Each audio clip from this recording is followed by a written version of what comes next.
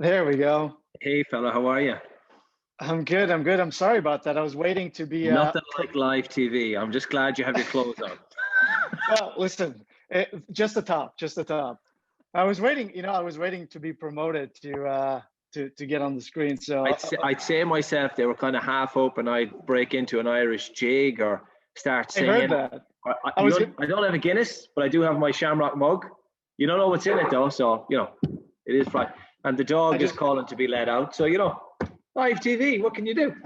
Yeah, I have my clear liquid in the glass. I'll let everyone guess what's actually in here. But yeah, I'm really excited to speak to you, Kieran. We got the chance to catch up earlier in the week, and we're both soccer diehards. I've followed, played, not professionally like you, and worked in soccer all my career. And you have probably the most unique background, I think, of anyone I've met in the industry, right? You've been across the entire ecosystem, and you actually played professionally. And maybe that's a separate chat on its own that maybe we could get into it. But we're both soccer diehards. There's so much that's happened in sports over the last year, and probably even more so in soccer. So I'm really pumped to speak about something that's near and dear to my heart, but especially to speak to you about it, because you have so much to share. And I was told that there's a Q&A component to this, so anyone watching, if you guys have questions, throw them in the chat and we'll get to them at the end. But I wanted to jump in here right away because we only have 25 minutes and there's so much to talk about. So Kieran, within this context of local versus national, I grew up in Europe. My family's from Europe. I was an avid soccer fan from an early age. I saw firsthand how crazy and passionate fans there are for the sport, how much it means to communities and to nations. But I've also worked my entire career in the US within soccer. So I saw the same passion, but I also saw the difference in culture, in traditions, in expectations and behaviors. And as marketers, me on the broadcast side, you on the brand side, it really matters. Understanding the culture, understanding those nuances really matters in how you can effectively engage consumers and really message your product in an authentic way.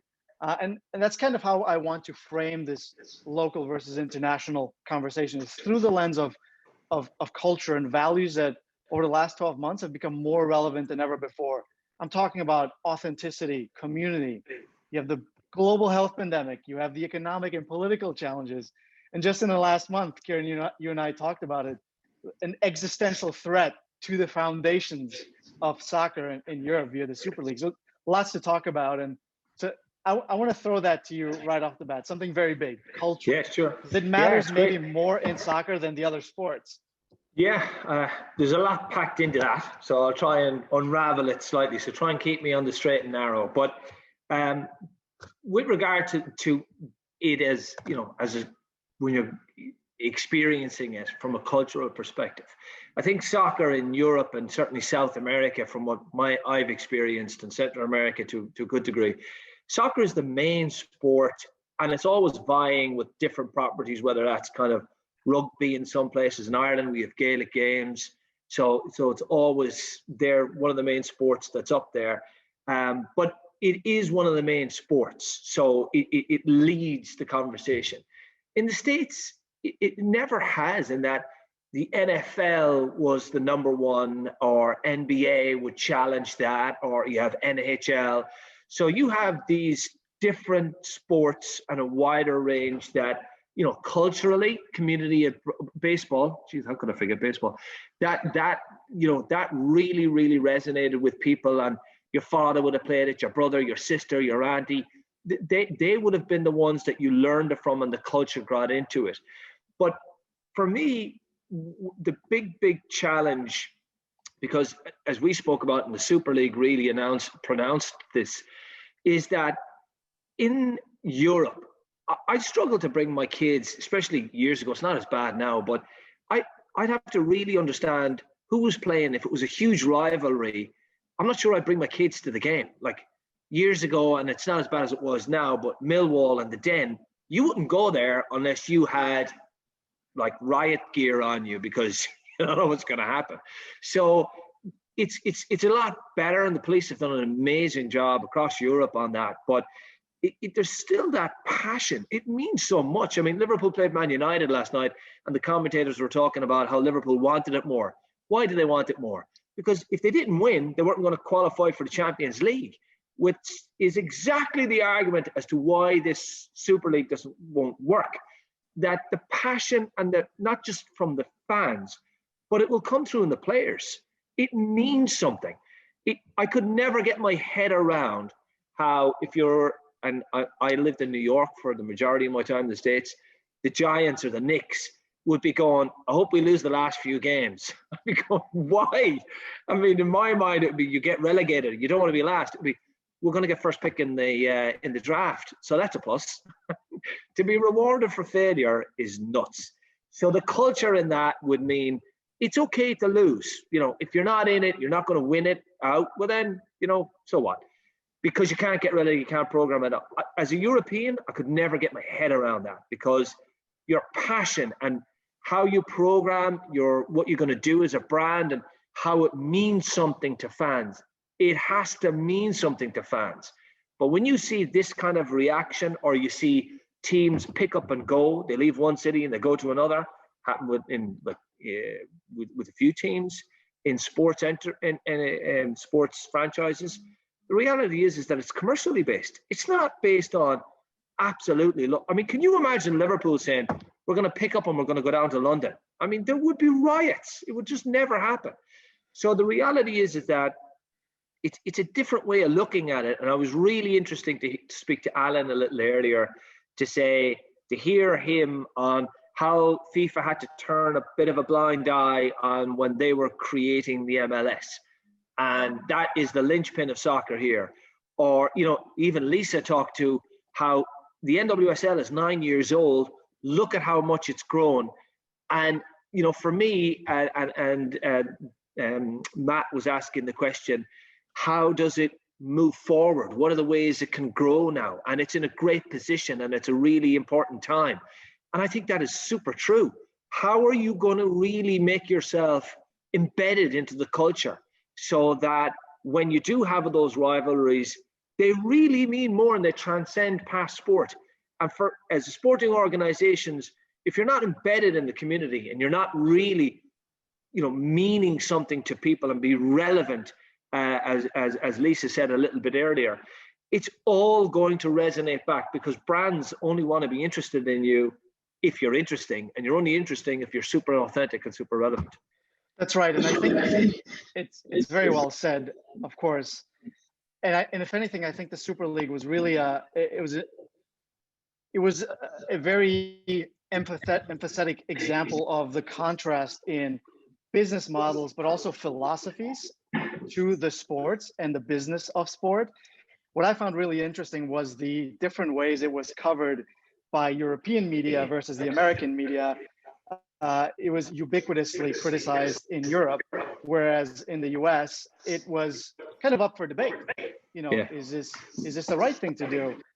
Maybe they have a point, the owners, in doing this. And I think the challenge for the game in the US going forward, and this is all being conscious of the amazing growth that's happened in the US and the massive potential that exists in this market for the sport, but it's really to try and create something that is unique to the American value system, which already has so many traditional sports, but now has this kind of not challenger sport, but this new sport kind of coming in and trying to build out its own presence.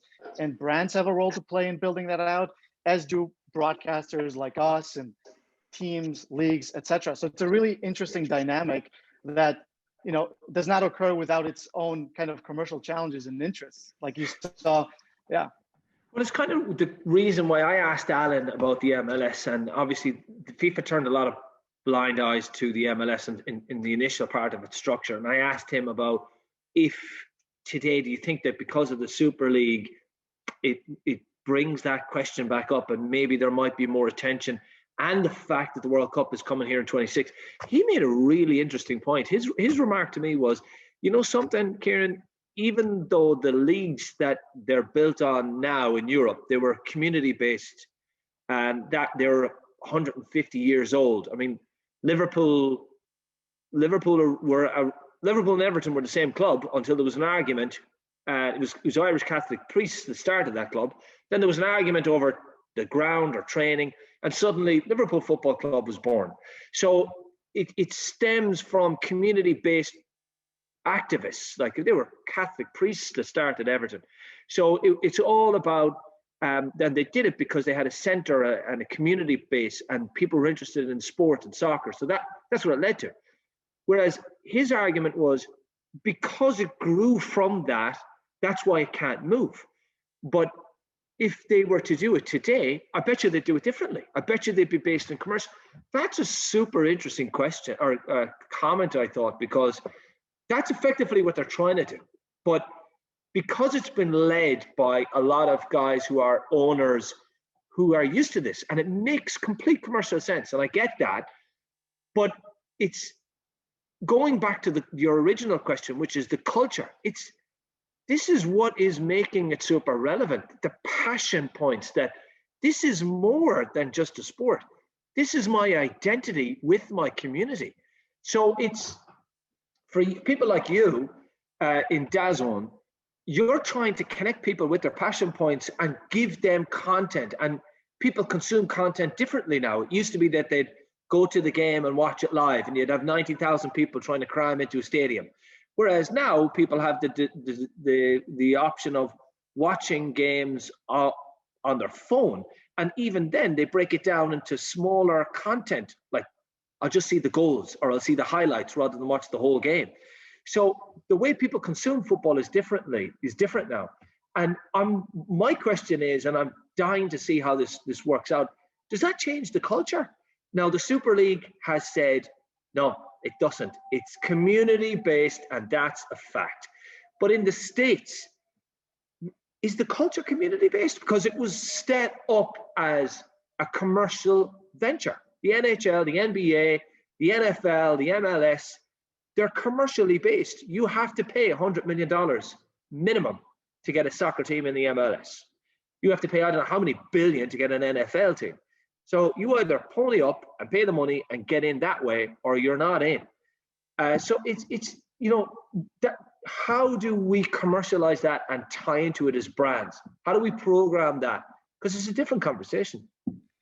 Yeah, completely. And there's so many interesting nuances to all this. And one thing that comes to mind is now how do the various international influences, like all the European leagues and teams that are now marketing in the US and their brand partners with them, those teams and leagues are bringing their value systems and their fan cultures to this very economics driven business model and culture that exists. I mean, when I worked for Bayern Munich, a very conservative German team, not owned majority by an individual, but really owned by the members. And we started marketing this German soccer team in the US to try to build our brand. Everything was built and with the consensus of our fans. We could not get a single campaign approved, a single headcount hired without the implications for what will the fans in Germany think about what we're doing in St. Louis or in California. That is a completely different way of operating. And it really speaks to kind of culture being the central operating system of a sports property, rather than just kind of everything is commercial and economics led. And so sometimes those things are in stark contrast, but I think more and more now it's inescapable. I think you're right. I mean, I cannot imagine your pain in trying to ask German people how to approve some activation in the States. It couldn't get more diverse. So, but I mean, when my former company, I used to work for a company, and I was the CMO of a company in the Caribbean, Central America. It was a communications company, and South Pacific. And even when we were doing advertising and media, the imagery we would have in Barbados would be completely different to the imagery you have in Jamaica. Why? Now, it sounds obvious, but when you were kind of trying to work within tightening budgets, and marketing always gets hit first, you'd almost say, well, this ran in St. Lucia, so could run them in Barbados or something like that. It's like, a half an hour on the boat between the two islands or something like that. But the reality is that we would never allow it. Our chairman would never allow it. Everything had to be specific to the culture of that company. Why? Because the second we start being irrelevant to the culture or culturally to the community we're speaking to, then we're not authentic. And if we're not authentic, then nobody's going to pay attention to us or believe us or trust in us. When you lose that as a brand, you're dead in the water. So it's the exact same for clubs in that they need to keep that relevancy. But for us as brands, we need to tap into that. So we need to understand how they're relevant, how they program, how they're real to that community, so that we can tie in on the back of that and leverage our positioning as brands to run commercial activations. That for us is the key question. Rather than you get a lot of rights owners and they come and they go, I can do this billboards, I can get these, you'll have this media, you'll have all of this. And go, stop, back up. Before we even start, what's your positioning? Who are you in the community? Why would I go into this platform at all? How do I show up as a company? Why am I relevant? I need to start there. I need to figure out how I am super relevant to this audience and how I become authentic. And then I can understand if the easy part is the rights, i.e., where do I go on the jersey? How do that's easy. The first question is the hardest part and where everybody needs to start. Unfortunately, I find too many rights owners come with all the rights, but it's noise. It's noise unless you understand your positioning. Yeah, I wish I had talked to you in my time at Bayern. By the way, an Irishman in the Caribbean sounds like the start of an amazing joke. You're totally right, and I think this is something that everyone has to think about. Like, what do you actually mean to your audience? What purpose and role do you play in their daily lives? And that kind of informs the relevancy across the board to everyone else. I mean, it's the same for us as a broadcaster now. Technology allows us to atomize and personalize and customize not just our programming, but our commercial programs for brands. And we need to approach our entire strategy with the market in mind and the local audience. Like we have the Premier League and the Champions League in Canada, and 10, 15 years ago in that market, maybe people wouldn't have been as interested in it. They're starting to get interest. There's a lot more growth, but we can't just take the feeds from Europe and just plaster them to a Canadian audience. We have to take a step back and include things like education into our programming, whether it's for our audience or for our brand partners, and really start to explain to our users and our customers why these rivalries mean as much as they do. What are the histories of these clubs? Why are the fans getting so riled up over what's happening? Because once they understand that, that's when you build these layers of authenticity and relevance that then help you when you're talking to brands and ultimately kind of strings things together. So it's absolutely fascinating. I do want to get to some questions though before we run out. There is one here that is more about Danone's soccer sponsorship strategy in Europe and North America, if you want to touch on that real quick. Yeah, so we recently have gone through a bit of a transition in the company whereby we used to have Danone Global, and we would answer directly to, well, not directly, but through our hierarchy into France. That's changed as of about 7 or 8 months ago, whereby Danone is split in two now, and it has the Americas or North America and then the rest of the world. So we had a new CEO appointed a year ago now, I think it was, Shane Grant, who came from Coke. And so we are building we have a new way of working, we have a new management, we have a new structure internally, which was announced just in March, and we have new programming. So we're at an exciting time where we're trying to build. But so we're separate from what the global part was. So this is a new world for us. But what we're doing, and my role is head of partnerships there and licensing. So what we're doing is understanding exactly what I spoke about earlier. What's our positioning with the consumer segment? So women is a huge consumer segment of ours, but I mean, that's a huge demographic. So how do we break that up, and how do we speak to them people, and how do we integrate with what they're trying to do with what our brand manifestos are? We have a huge One Planet, One Health program, so we're big on sustainability. We're the second biggest B Corp in the world. So we've got these awesome points about diversity and inclusivity and programming around better health and nutrition. So for us, it's brilliant. We know what we want to do and how we want to position. We need to know who the partners are that can help amplify that and make us super relevant, so that we're not unreal in who we're trying to be in all of our brands.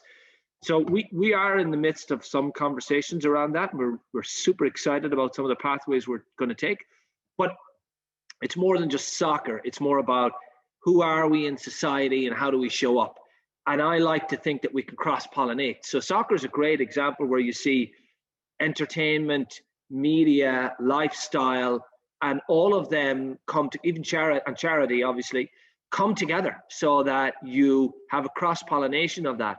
And I think it's important, because I don't think you should just, I think we're gone past the days where we sponsor X and we put it on the jersey or we get the field boards.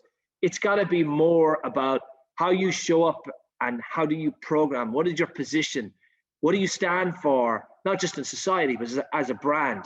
You got to stand for that, and you got to be true to it, and you got to stick to it, and then you program accordingly. Now, of course, you will have the brand facing stuff. I'm not saying we don't, but I'm saying it's not the full stop afterwards. It's just the foundation of it. So we're at an exciting time on what we're trying to do and how we're trying to program and plan out. Yeah, it's really a values-led approach to then kind of, because if you get that right, the other things kind of fall into place and everyone kind of meets the objectives they want. Just a last one as we run out of time here. This one is a combination of a question asked by Tad, but also how I want to finish this amazing conversation. So Tad asks, there's been a lot of TV rights consolidation in American and European soccer media ecosystem. Does this benefit the corporate sponsor at all and the fan, or not? And the other side of that is, how does that then play into where soccer evolves in this market and how a brand like Danone fits into it? Yeah, I think it leads back into the original point I was making, and if you look at it in this remark, it's just media. So it's what media do people consume, or how do they show up in that? Sport is a part of that, absolutely. Are we one-dimensional and we only do sport? Not so much. I mean, you can bring in health and wellness, nutrition is a part of that. People who play sport, but it means more to them. And the example I give you is the NWSL, where you have women's soccer players who are exceptional athletes, build on their body to, ensure that health and nutrition and wellness is a key part of that, because they're athletes. Their body gives them their money at the end of the day. It's part. If they're injured, they're not able to make money. So it's a crucial part of who they are. But then their mental wellness as well is obviously a key component. But for society, the way women's soccer especially, and you see it again, I mentioned earlier on about people like Marcus Rashford, who take a stand outside of it, and they mean something in society, whether it's about feeding young children or poor communities, or whether it's standing up for diversity, inclusion, or equal rights or equal play. You mean something more, and that's the point. When we find out how we distribute and broaden our discussions through media, whether that's consolidating that or whether it's being specific about it, it's simply a vehicle, but it all starts from the positioning. So really, as long as you're true to your brands and you understand how you connect with the right properties, that's the key question in the start. Yeah, and that's amazing. I feel like we've reached kind of a threshold in our industry after the last 12 months where this is really rightfully front and center for a lot of properties, brands, etc. And it's very important to DAZN as well. And we have some news coming out in that area as well in the next couple of weeks, which I'm really excited about. But I wish we could talk about more. I mean, I feel like we could spend hours and hours chatting about this. I haven't even scratched the surface of what I wanted to get into. But unfortunately, we're running out of time. But it was really amazing, and hopefully we'll get to chat in person, have maybe an Irish coffee, and continue the conversation. But really appreciate that, Kieran. You have so much insight and value to add. That was really a fun discussion. It'll be a glass of milk, Cristian. There's a terrible rumor that the Irish like to drink. It's purely milk, I assure you. Speculation. All right, sir. Great to talk to you. Thank you very much for your time, Cristian. Pleasure. All right.